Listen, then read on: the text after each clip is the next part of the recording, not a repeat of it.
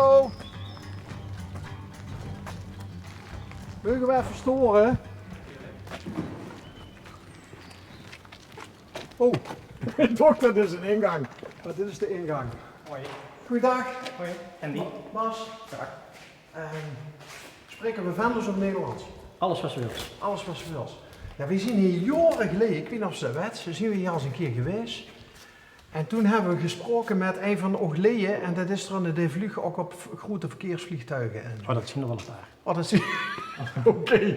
Oh, dat maakt niet uit. Doe sticht dat ook? Nee, ik maak software. Oké, maar de vlugs ook? Ja. In de Rijnheden ongeveer 100. Dus de meesten die hier rondlopen, die vliegen en die doen er denk ik nog heel veel andere hand- en spandiensten bij. Dit is gewoon een club, hè? Dus een sport. Dus het zijn allemaal vrijwilligers die vliegen. En dan is natuurlijk gewoon dan heeft werken mensen natuurlijk. Ja. En wat ben je vandaag gaan doen? Aan het opruimen. Oké. De zeer nobele taak van de werkplaats opruimen. Ja. Heeft hij toevallig geen toestel vandaag? Nee, dit zijn allemaal clubkisten. Ook aan de andere kant staan alle clubtoestellen. Nou, we hebben er 11. En aan de andere kant aan de wand stonden wat zweefvliegtuigen van privé mensen in de aanhanger. Ik zocht er net een vliegen, die had een motor aan boord. Ja, Ja. dat hebben we een aantal. Is dat een beetje voetelen of? Nee. Nee? Nou ja, maar hoe zeggen ze dat? Het verkumt dus in een akker moest landen. Als het miek op is, dan moeten we toch ergens landen. En met een normaal zweefvliegtuig zonder motor, zoals deze, dan landt ze dus in een akker. En anders, met zo'n motortje klapt ze gewoon uit en dan kan ze weer terug naar huis toe. Kijk. Ja. En natuurlijk is het een klein beetje voetelen. Maar het echte klassieke zweefvlieg is natuurlijk ook af en toe in de akker staan. Ja, want een e-bike noemen we ook soms wel eens een voetelfiets, hè? Ja. Dus, maar ik weet niet, wordt dat dan ook wel eens, weer die mensen die zo'n toestel hebben, ook wel eens een beetje op de hak genomen? Zo van, echte zweefvliegers doen het zonder. Nou, natuurlijk voor een geintje wel, maar verder nee, maakt allemaal niet goed. Oké. Kijk. De vorige keer dat we hier waren, toen een schitterende hal. Ik denk dat je er super blij mee ziet, of niet? Toen stond hij er nog niet. Dat klopt. Wanneer is hij doorgekomen? Ik moet bijna liggen, ik denk 4 jaar geleden, 5 jaar. Oké. Ik weet niet hoe lang we hem al hebben. Ja. Wij komen hier wel eens, maar dan niet altijd heel langs. Want als ze door de grens over hier ja, dan zussen hem niet liggen, hè? Ja. Want hoeveel clubkisten heb je? 11. 11. Ja. Maar wie komt ze aan eigen... Is dat een beetje zoals een fanfare die eigen instrumenten heeft? Ja. Dus als clublid betaalt ze contributie en dan kent ze de vloot gebroeken.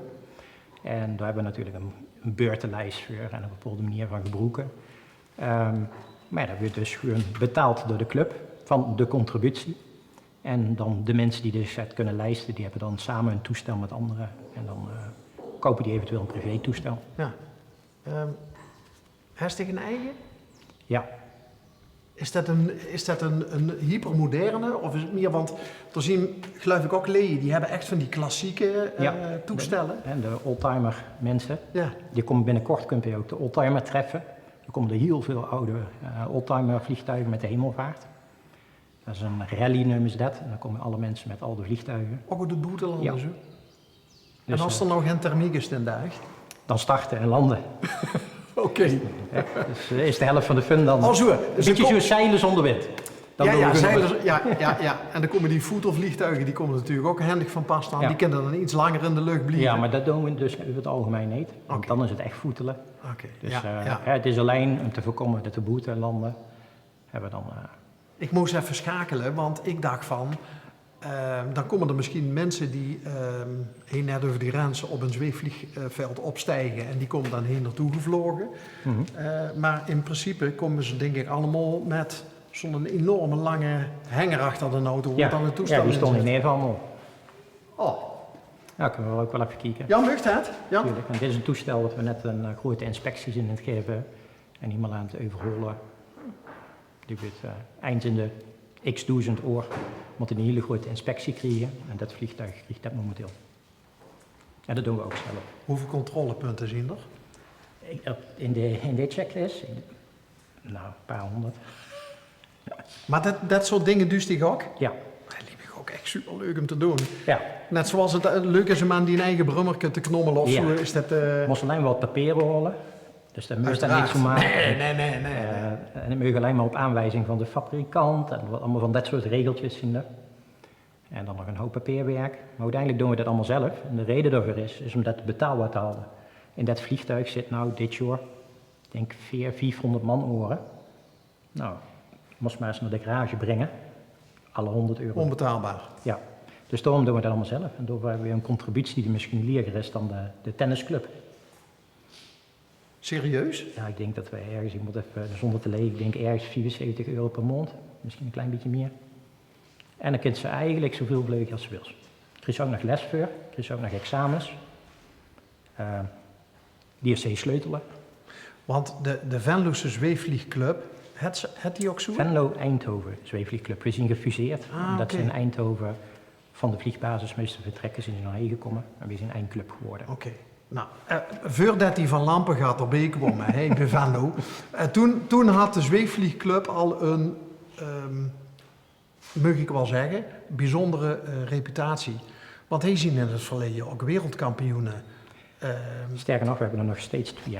Echt hoor? Ja, BS-zeilen en Sjaak-zeilen. Eén tweevoudig wereldkampioen en één enkelvoudig. Maar die gaat binnenkort weer naar een wereldkampioen of een Europees kampioenschap. Ja. Om te kijken of ze een titel Ja. nogmaals kunt scoren. Als ze een klein beetje regelmatig kranten dus lezen en zo, dan is de naam Zeilen inderdaad wel in relatie. Dat is wel een instituut, hè? Het is een zweefvliegfamilie geweest. Ja. En nog steeds eigenlijk. Ja. Maar vliegen die nog? Ja, Echt hoor? ja bij ons BS Celis, de wereldkampioen, is bij ons chef-instructeur. En Sjaak Zeilen, de andere, deed uit onder andere de lieren bouwen, deed de hangar ontworpen, al die deuren gebouwd. Dus die zijn zeer betrokken. Super cool. En die werden ook gekoesterd, denk ik, door de vereniging. Elk lid wordt gekoesterd. Dat Zit ze in het bestuur? Ja, uiteraard. Ja, want het is wel de manier waarop we vertelt, is eigenlijk een ambassadeur aan het woord. Ja, maar zo luidt terecht in, dus. Weer van och, jongens, heeft alles gevlogen in een zweefvliegtuig? Nee. Allebei niet? Ik wel. Ik heb 3 keer het geluk en het genoegen gehad om mij te mogen vliegen in een tweezitter dan. Mhm. 2 keer vanaf Hey en 1 keer vanaf Schinveld. Ja. En ik moet zeggen, het is een onvergetelijke ervaring. Het is een verslaving. Nou, die 45 graden omhoog, dat is Ja. al... en dan op een gegeven moment, ja, als ze het moest beschrijven... op een gegeven moment dat geluid van dat de kabel losschiet, Ja. dat is al heel apart. En dan hebben ze het geluid van, ja, wat windgeruis. Een beetje het werken van het toestel. Af en toe is een kraakje links en Precies, rechts. het geluiden van het toestel, ja. Ja, en het was de tweede keer, nee, de eerste keer in van, kan ik me herinneren. Ik heb vroeger in de Bosflat gewoond. Ik ook. Nou, Ja, wat is de onderaan, wereld? bij de, ja, echt op het hoekje. Oké. Ik op nummer 158.